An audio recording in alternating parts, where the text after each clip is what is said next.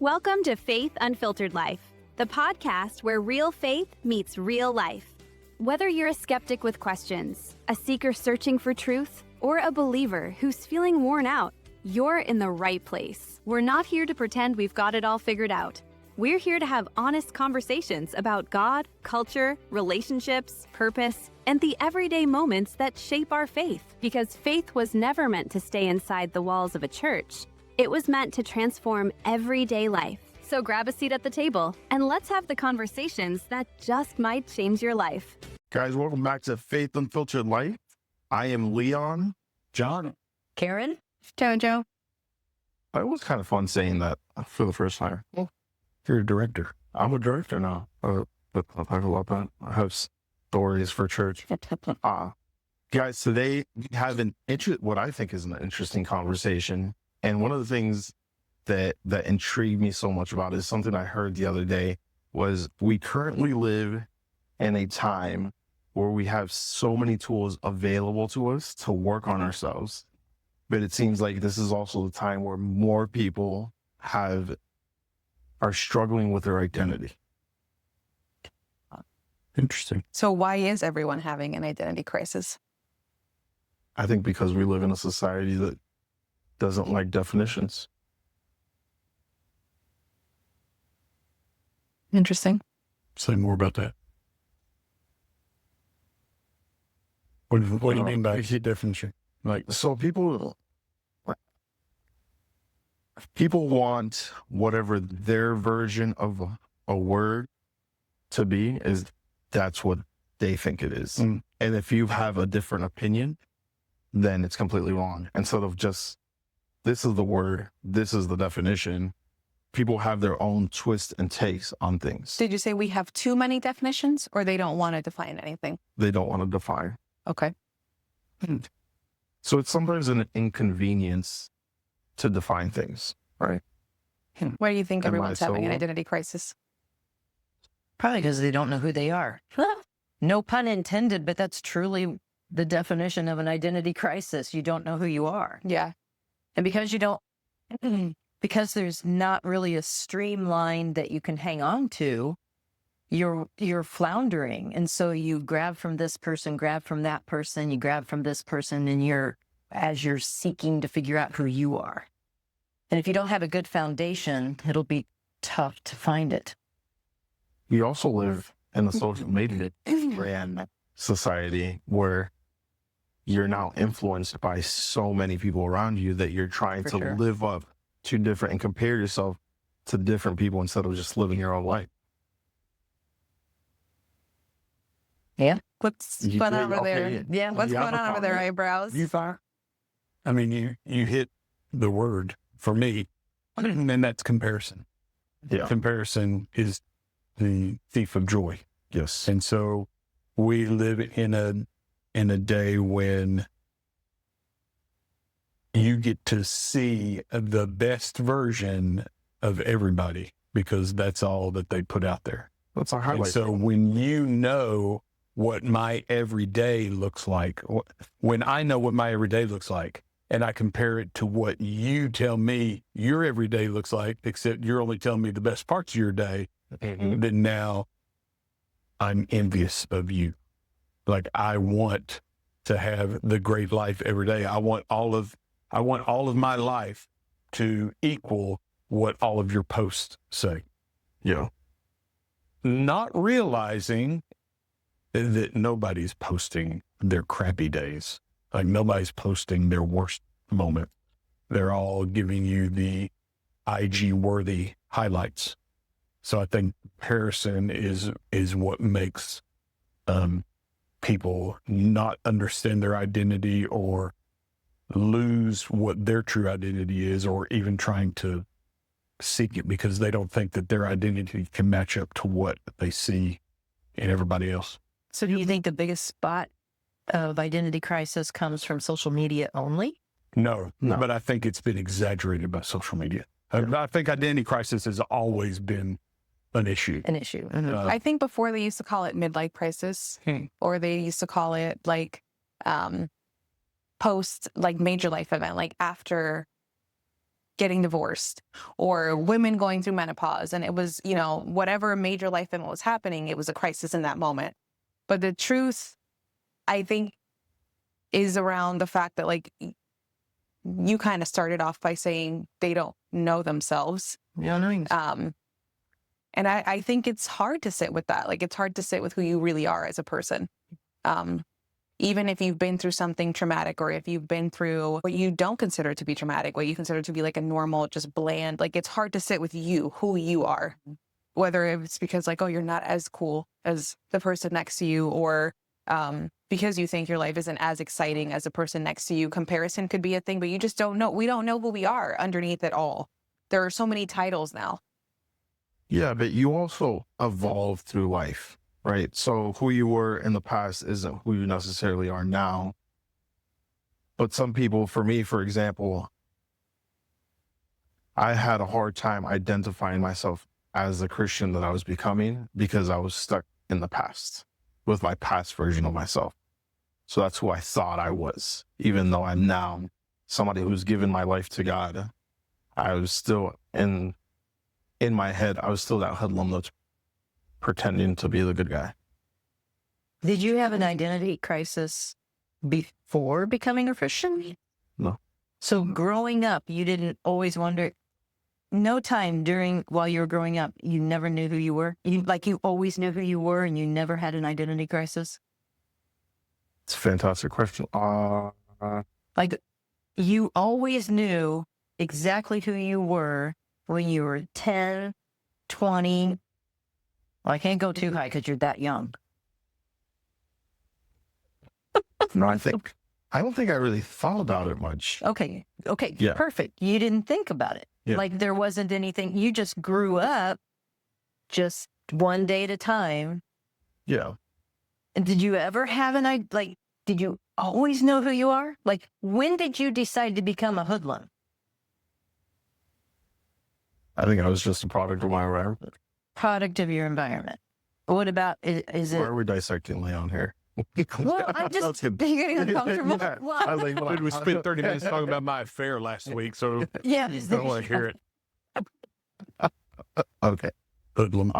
But Yeah, no, this everybody goes uses through the that. term a lot. So, like, when did you decide you were a hoodlum? Yeah. But that was, when you decided that was cool, right? That's kind of what you want to be, because that's what your boys were. Is that That was how the you were? identity. I was would that the consider identity? that an identity crisis. But no, my question was that the identity of you, or was that the identity of Those your placed group? on me? Your group. I mean, it was a part of, like, together, that's what you guys were. So the next question is, were you raised that way to be a hoodlum? No, I don't think so. And I didn't think so either. So my parents were- I truly didn't believe the answer would be yes. But my whole point is, from a child, then you took on this identity, and now I would say your next step was then Christianity. Is that what you're saying? Yes. Okay. Yeah. So, I guess there was differences in between. So So you married a hoodlum. she did. Married a hoodlum. She did. That's awesome. That was my identity crisis. I was rebelling. No, What about you? What about me? What's the question? How was your? I've how never was been a hoodlum. your- No. I didn't mean that. Or at least I was a better hoodlum. I didn't get caught. I only got caught once. All right. So, did you go through a progression of identities? So here's my whole point. If we understand the progressions that we went through in our identities, I think that's different when we were growing up to today, where people are truly having identity crises because they have nothing. Does that make sense what I'm saying? Like, people truly don't know who they are. So because of the expansion of definitions, the expansion of it's a weird spectrum, because you have the people who, like, don't want to define anything. They don't want commitment. Right. They don't want to define relationships. And then now we have so many genders that we can't even, like, count them. listen. I can't pronounce some of them, Yeah. you know? So you've got all of this confusion, but I think to answer your question, there, I don't know, going to school and graduating, I graduate and I'm going to become a nurse. And I have it in my brain that I'm going to be a nurse, and there's no room, no capacity for anything else. But I don't identify as just a nurse. Like, I am also a small business owner. I am a mother. I am a wife. There are so many things. And I think those identities, we can be more than one thing. I think the problem is when we're trying to figure out like the thing, like I am going to just be the best me that I can be. And you're like, okay, well, what even is that? We are imperfect humans. So we're just trying to keep up with this impossible, unattainable goal, I feel like. And that's what causes this whole identity crisis. Like, you're not ever going to make it. You're not ever going to be it. Even the person that you define as it hates something about their life and wants something else or something more. So, and we can't also tiptoe around the fact that like our identity as people, and even as Christians, if you're someone who is a worn out believer, if you're a seeker, if you're a skeptic, like my identity is around Christ. And that's who I try to shape my life around. Now, does that mean that I'm going to walk around in Jesus sandals and a robe all day? No. So what does it mean when we are trying to like define how can we define our identity if it's not by just what we look like or how we're living? What about me? What? How would you define Identity crisis. identity crisis? Yeah, or identity in general. This is interesting because John is very big on words. This is my Karen moment. Oh boy. Oh, There's a Karen moment? you don't have an identity? He doesn't have an identity. I don't recall a time in my life when I identified As something. with something. Yeah, like I went from, when you're a kid, you don't really know anything anyway. And then right out of high school, I go in the military. So they got to tell me what my identity was. I didn't have to come up with one for myself. And then in the military, I got married. So now that identity is one that is bestowed upon you as a husband and then as a father. And so I've never really had a time where I guess my point is I never had a point in my life that I can recall where I lacked an identity, like where I struggled with that. Okay. I was just going to say, did you ever have a moment where you struggled with becoming a soldier? Or did you ever was marriage to like identifying as a husband? I'm now a husband. No, because that's what I was supposed to do. Okay. Like that's what I knew. Yeah. Yeah. So yours That's just what it is. evolved Yeah. from every stage of life. Yeah. It was just For me, it's just So I when get to be the quiet one in this podcast. Yeah, okay. I'll believe it when I see it. For me, whenever I graduated nursing school, when you go into something like medicine, people spend years getting that degree.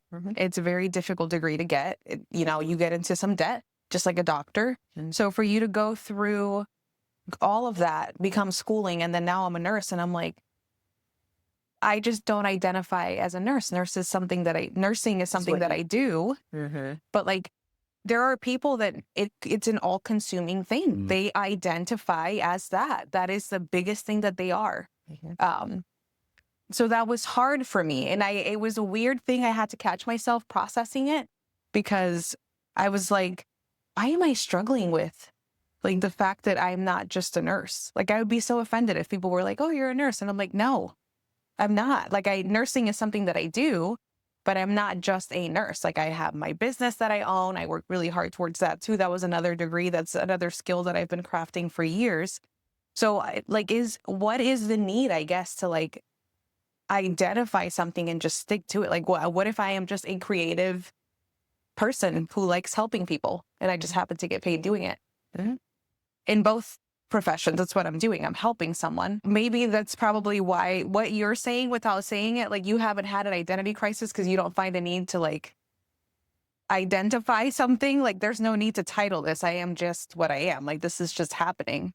So is it like a title thing? Do you think like a society is putting the pressure on people to like identify a certain way versus another? Call it something, call yourself something, make yourself something. Yeah, I definitely think And to me, it's social media driven, right? Because everybody's comparing themselves to somebody else. They have a need to identify as, okay, I'm consumed by being a nurse. I'm a loan officer. So my identity on social media has to be driven by, hey, I'm a loan officer. Mostly because I'm also selling, right? So I need people to reach out to me, right? And then I'm comparing myself to other loan officers. Oh, this person had a great month and my month was terrible. Why do I suck as a loan officer? Right. So I ask this question. When you come home, do you wear that identity? Jovi, I am a loan officer. That's who I am. Probably Sometimes not. Oh? Yeah, so sometimes I have a hard time leaving or turning off or changing my hat from loan officer to husband to father. Mm-hmm. And so I'm at work thinking about the baby or thinking about Jovi, and then I'm home thinking about work. Mm-hmm. So that's interesting. So John, how would you navigate the different hats? It's very similar to the topic that we're talking about, but like if people are walking through their life, how do you navigate? I'm working here, now I'm coming home, now I've got to be a husband. Not got to be, but now I'm a husband, now I'm a father, now I'm a grandfather. Like, is that a seamless thing? Can I answer with an observation? Sure. So the last time you were here at the house, I asked you a question about CQC. Mm-hmm. And John has... Sees what? Close quarter combat. All right.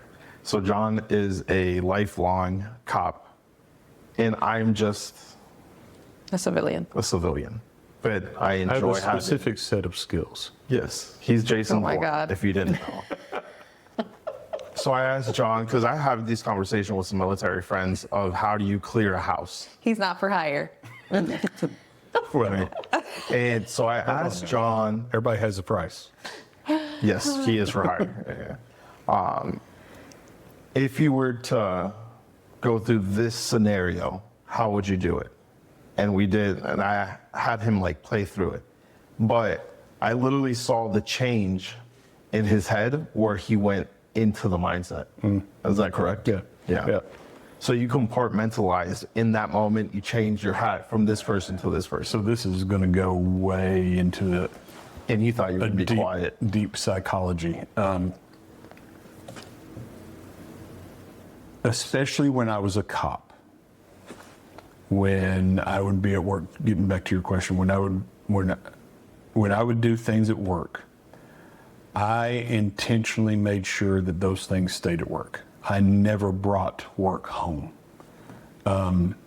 Because the things that I was burdened with, I did not want to burden my family with when I walked in the door, which I'm just here to say is not always a healthy way to respond, because that caused, I won't say tension, but some awkwardness in my marriage, because I had a wife that I would come home to and she'd ask me, she'd want me to talk about work, and I wasn't going to talk about work. Mm-hmm. And so it created just some uncomfortableness there. But the reason I did that is because I am brilliant at compartmentalizing. Like, I can go through as tragic of a scenario as you would want to hear, and I can lock that up and throw it in the back of my mind, and it never comes back. You know, I never, in 20-something years of dealing with some very tragic events, I never came home and couldn't sleep that night. I never was woken up by bad dreams.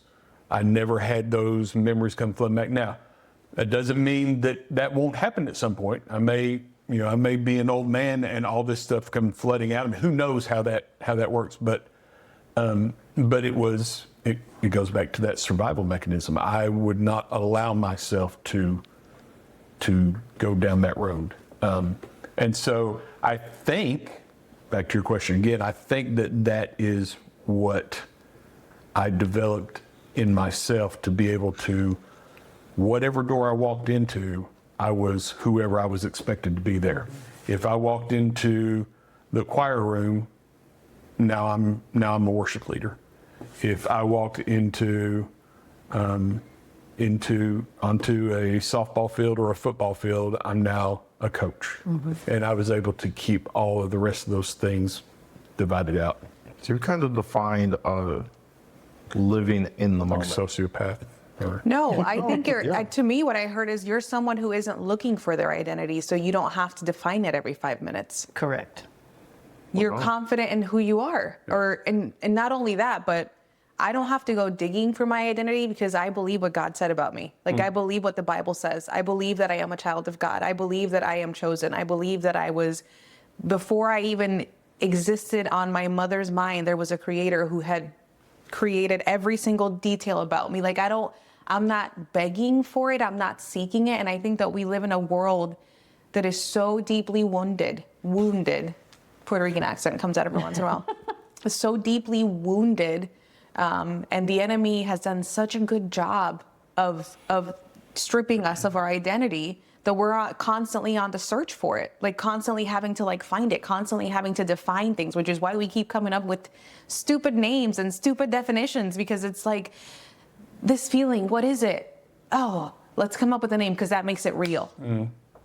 That's exactly where I was going, because that was going to be looped in. Yes. That makes it solid, because if you define it and you name it, then it has to be real. And you're like, no, it's still a figment of something Whatever you're someone is. Yes. conjecturing, yeah. So that's what I heard.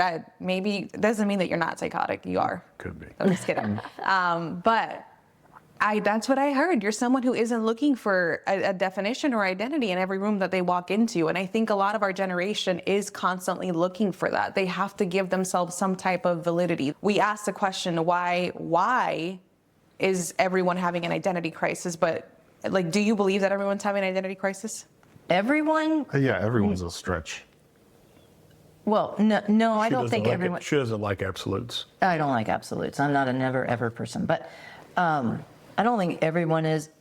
But do you think it's an epidemic? Do you think it's a big problem? I do think that there is a problem with people who do not know who they are, for sure. And it sounds like a rhetorical statement, but it's so true. If you don't know who you are, then you're going to suffer an identity crisis. Yeah. That's just how it is. Do you believe we have that problem, yes or no? Yes. You think you have an identity crisis? No. People. The people. Society. The people. Yes. Okay. Society. Yeah, I do believe that. Piggybacking off what John was living or how John lives his life is he is being present. And I think a lot of people are not present. They're thinking about the next step while they're still on the first roll. That's a good point. Yeah. Yeah, he's present in every situation that he's in. Yeah, which is a beautiful thing. Yeah. I think when I went through all of my phases of my life, when people would want to say, oh, you're a gay woman, I never liked that. I never went out and said, I'm a lesbian or I'm gay. I never said, if it came up in conversation, I'm sure I said those words, but I always said, I'm Karen. That was always my response. I'm Karen. Yeah. Who I sleep with does not define who I am. Who I've chosen, what profession I've chosen doesn't define what I am. But I do think you're right. In the crisis moment, this is where people are trying to figure out who they are, whether it's in a profession, who they are, whether it's in who they like themselves. And people are desperately trying to find that. Yeah. It's also an approval thing. Like, this is okay, right? Yeah. The way that I feel is okay, right? And a what lot I'm of doing times- is okay. When people stand on their soapboxes or speak the loudest, they a lot of times I hear it from a perspective of I'm saying this for all of the people, but really what I hear more than anything is that they're saying it for themselves. And anytime you're saying something on a singular level, that's just a loss in itself. Well, I would say that self-help has also become a genre, right? So it's being pushed on us all the time. The Tony Robbins, the all these inspirational leaders are saying you need to define who you are and be better. Go through my 3-step program to improve your life. Correct. Yeah. It's always somebody's trying to sell something, which turned into somehow society questioning who they are. And not to turn this into a 3-step program, but like, how do we fix that? How do we fix if someone is going through an identity crisis? You can't really make up your mind. You can't really find peace within yourself, because it's not really like you have to define it, but like confusion, anxiety, just lack of sleep, and just stressing over this whole finding yourself, defining yourself, becoming the better version of you. How do we get peace? How like in a world that's so full of like next, better. In crisis. I hear confusion a lot in crisis. I don't know. I would say if you can't find it and you're not at a spot, or you don't feel like you can reach out to the Lord because you don't know him, then I would say, or one of my suggestions would be, get with a counselor. Get with someone who can help narrow down what those confusion points are. And not necessarily support the confusion, but kind of define it so that you can start seeing things clearly, because confusion is a mass chaos of all kinds of stuff. That scared the water out of me. I was going to ask you something. So is it, and you hinted to it, are there 2 different paths that we're talking here? Are we talking about paths of people who have identity crisis who don't know the Lord, and those that do? Because I think that can be definitive. Yeah. I would say You can have an identity crisis in the Lord. Yeah, absolutely. but the way through them is The different. way, yes, the The way way through through. yes. You can definitely have, I mean, I'm still finding to this day new things to refine my character, refine my identity. So I think that's an endeavor that continually happens Yeah. in my life, in my growth. So, What? Well, we're supposed to evolve and change and grow up as we mature through life. But I think people are trying to redefine themselves constantly. Okay, this didn't work out. Then I got to be something else. Right? Is What that would wrong? you say? I don't think it's wrong, but I think it can be confusing to people Because you're always chasing. because you're always you're always chasing something. So what is the alternative? Like, how do we do that in a healthy way? I do think that we have kind of drawn the line for Christian people who follow Jesus and people who don't follow Jesus, because it is 2 very hold on, what's the distinct, line? different approaches. So if you're not following Jesus, what do you do? Or even if you are someone who's following Jesus, what do you do? What does that look like? Read your Bible. But I think we have a different pathway. yeah, if you're in Jesus, then you go to what the Word says. What does the Word say about who you are? Yeah. Because we have traded our identity to be the identity of Christ. That's the process of sanctification, is growing more and more to be like Christ. That doesn't help somebody that's not a follower, right? Yeah. That doesn't help them until they get to that point. But I'm going to be honest with you, even as someone who was a Christian, not until recently in my adult life did I understand like true Christian living. Because you can talk about the Bible and the Bible defining who you are, but let's be like practically, what does that look like for someone? Because I read, I'm a new person in Christ. I read that since I was however many years old. But like to me, I didn't know what that meant until I understood that, like, In your opinion, what is true Christian living? I'm trying to get to that. My identity was always in Christ, but this was Joby at church on Sunday. And then there was like a separate box for like everything else that happened in life. And those 2 lives never crossed. And I don't know why in my mind I didn't want to be like too churchy for the world people, and I didn't want to be too worldly for the church people. But Christ was always my identity. Were you trying to avoid judgment? from one or the other? No, I just, for whatever reason, like didn't want to make one world more uncomfortable than the other. When I understood that it doesn't work. How long ago? How long ago has it been? Probably like 6 years ago. Well, you're welcome. It's crazy. When you started spending time with a hoodlum, you're like, oh. I need Jesus. Yeah.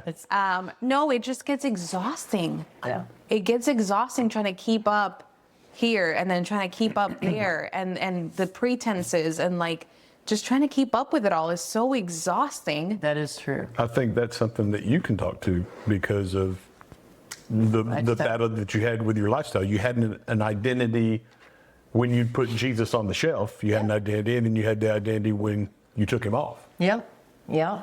And to me, I was still Karen. Mm-hmm. So in all phases, I was still Karen. But relationally, I wanted to spend time here with a woman, and I had to put him on the shelf. Mm-hmm. And then vice versa. I really missed him, so I... Would you end your relationships? Every time. Was what Joey said, though, was that accurate for you, that you just got exhausted? Trying it was very exhausting balance because the two? So the whole... Because they don't really balance, right? They don't. And over the whole 20-year process of searching out that answer, that was exhausting. Mm-hmm. Like, that took toll on, constantly thinking of something, trying to figure out something, reading one thing, not agreeing or agreeing, whichever way it was. Yeah, it was exhausting. It's kind of like in a very remedial example. The year starts, and I'm not talking about resolutions or anything, but it's a lot easier to make one decision for the entire year rather than 52 decisions. Mm-hmm. I'm going to say going to church. Okay, for 2026, I'm going to go to church every Sunday. One decision, done. Rather than waking up every Sunday, am I going to go to church today? Right. Now you can apply that to anything. Like I just use church as an example, Sunday morning church. But that's what's chaotic is if you continually go over the same thing over and over and over and question yourself over and over and over, that becomes chaotic. Mm. That was my whole point that I was trying to say. So, I just wanted. I was tired. I didn't want to have to keep. There was a part of my life that brought me peace, mm-hmm. and there was clarity, and it was. No, I don't want to say simple because I don't want to make it seem. I don't want to oversimplify the choice of having to go against your natural desires and like a lifestyle that you've lived your entire life, and then now you're saying, okay, I'm not going to do those things anymore because I know that they don't please God. They're not according to the Bible. Those are hard choices you have to make every single day, mm-hmm. and it's not going to be easy. It's not a switch that you can flip, unfortunately. But it was just I wanted my life to be simple, and I knew that I was kind of getting in my own way of being able to live out a life that was like promised to me. Mm-hmm. Like, why am I struggling so hard? Well, because you're in your own way, dummy. Mm.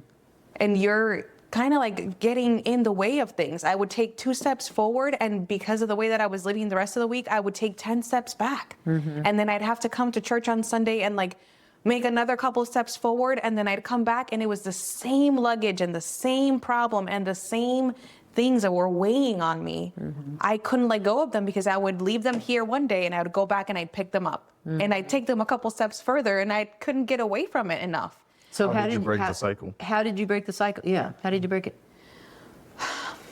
Just was it a mental decision? I'm not going to do that. And were you successful right away, or did it take you time to really go all the way in where it's just one way? It was the best illustration that I can give you is the movie Peter Pan, when he's trying to get away from his shadow. Oh. And he realizes that everywhere he goes, his shadow goes with him. I had to understand that it wasn't God trying to get the perfect version of Jovi. God wanted all of Jovi the entire time. And I don't know why, for me, it was so hard to understand that he wanted, I was the same person here or there, and I was trying to separate the two.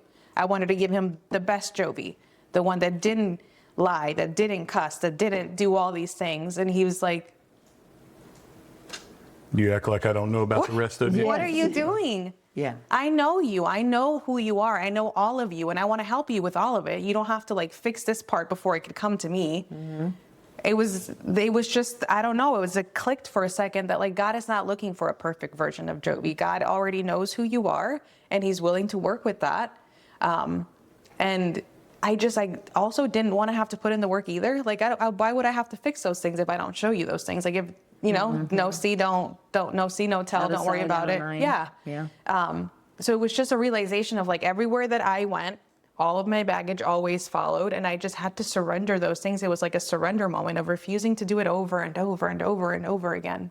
It's insanity doing the same thing over and over and over and expecting a different result. It didn't work yesterday. It's not going to work today. You get recharged on Sunday and you feel so great and so good. And then if you go back to the same lifestyle, the thing that like burdened you and weighed you down, you're going to come back the next Sunday and be the exact same way. Now, do you feel like that was kind of an identity crisis then? 100%. Okay. Even though I always knew who I was technically, right? But like, there's that struggle of like, what does it mean to be a Christian? What is Christian living? Does it mean that I'm perfect all the time? No, it doesn't. It doesn't mean that I get a hall pass and I get to do whatever I want all the time. It just means that regardless of how dark that shadow that I'm carrying is, I have to take it with me and I have to surrender it over and over and over again. Yeah, that whole comparison model, how can people practically get out of that cycle? I think what you're leading into is people pleasers, right? Or it just sounds like to me that you can't please everybody at every moment, right? And please yourself at the same time, right?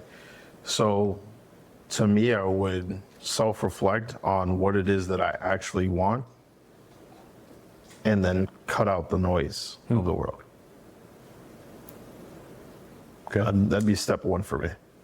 I was going to say something similar. Sometimes quiet time can help, identify for yourself what is the noise. What are you missing? What do you want to do with your life? What do you like about yourself? What do you not like about yourself? But if you live in a chaotic state, you probably have a person may benefit from just having a quiet moment regularly, not just one moment, but regularly. Well, I will say those quiet moments can also be really loud because that's when your mind starts going. Yeah. That's the whole point.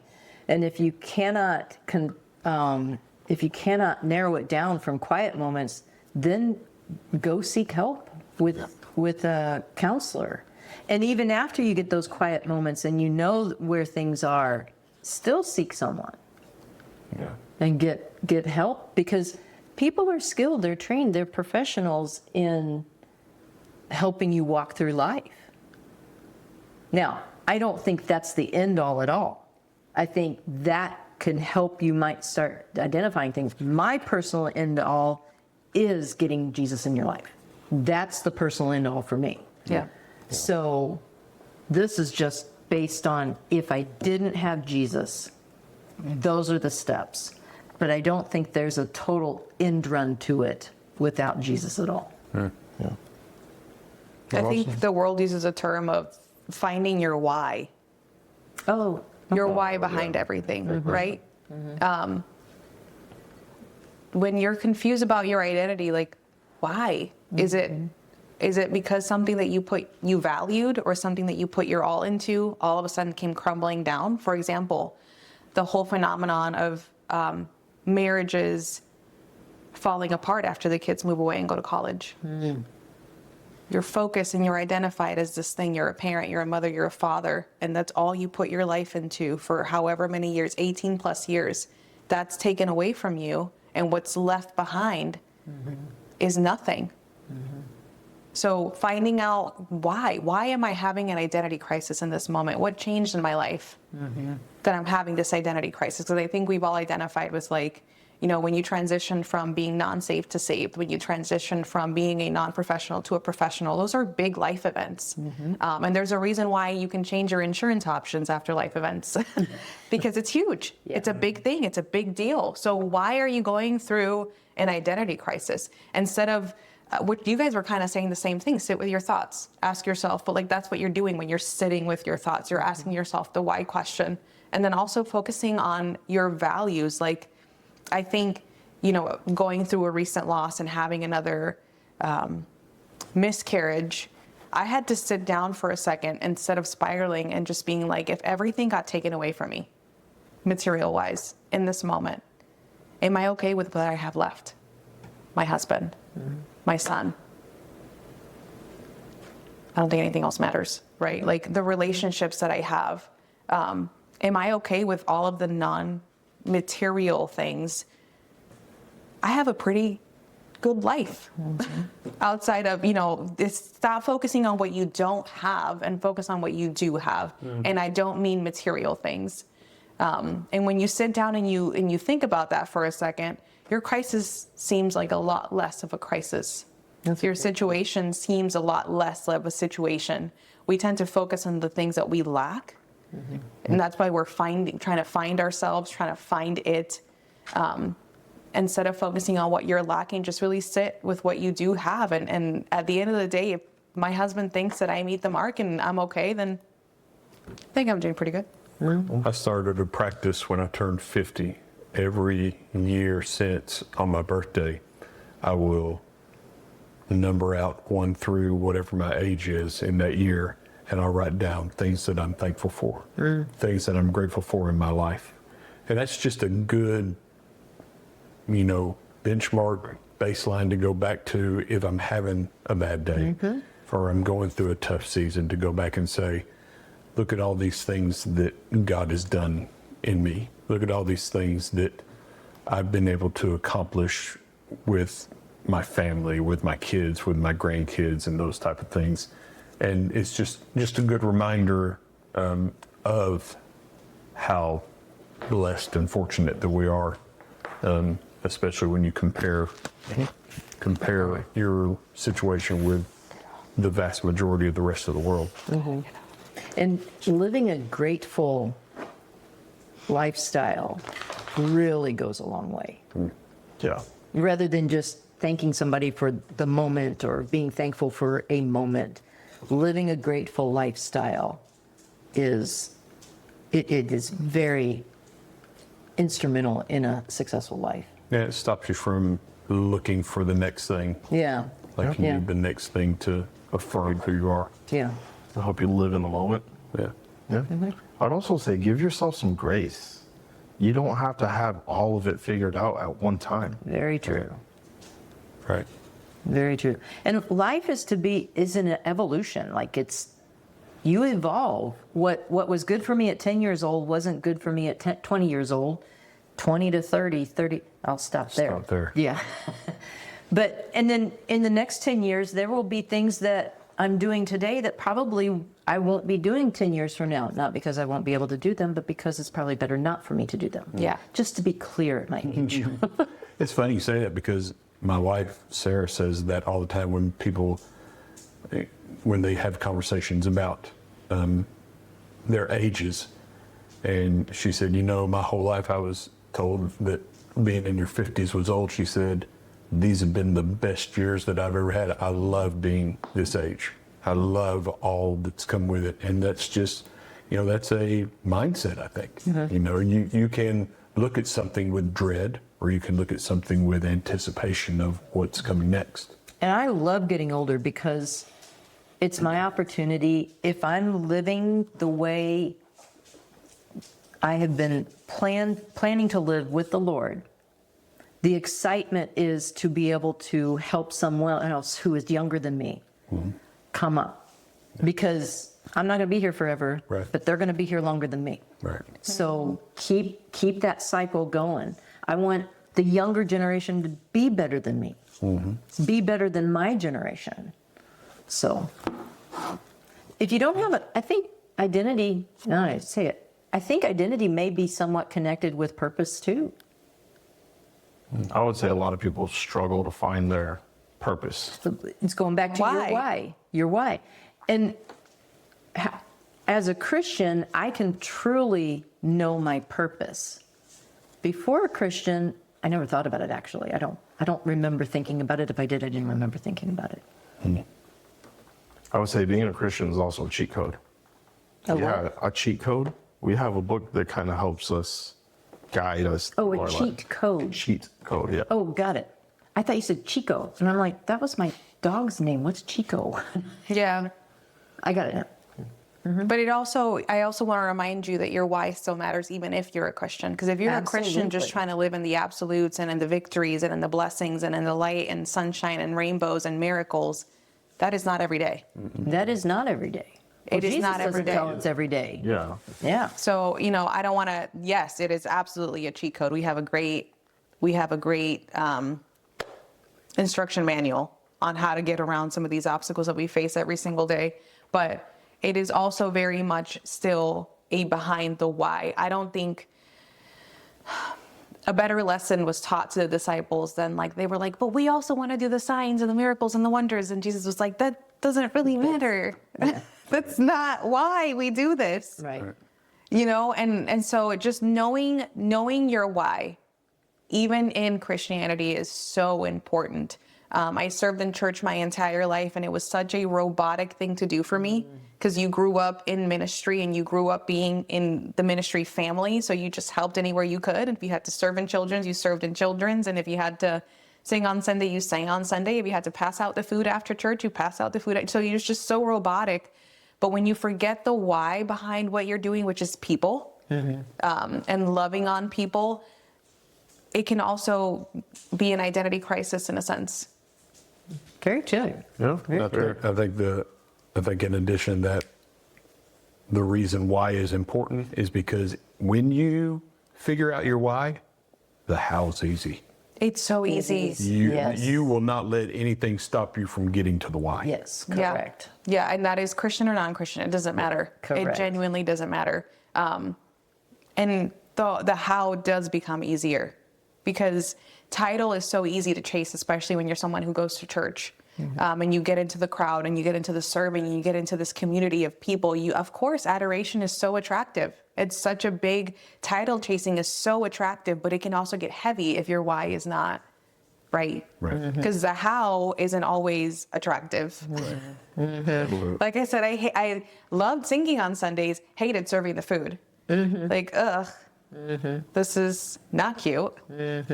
But one was actually more important than the other, and it wasn't the singing.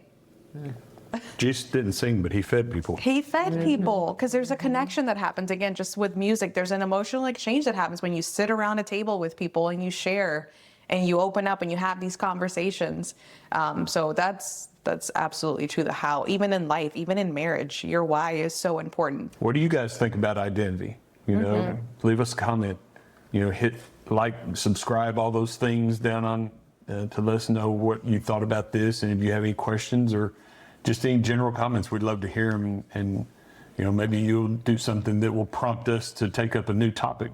Go to our website, www.faithunfilteredlife.com. Click on all the buttons that you can find in there. We've got a blog there that is updated pretty regularly, so we'd love to hear from all of you as you walk through this journey with us. Have a great day. See ya. Bye.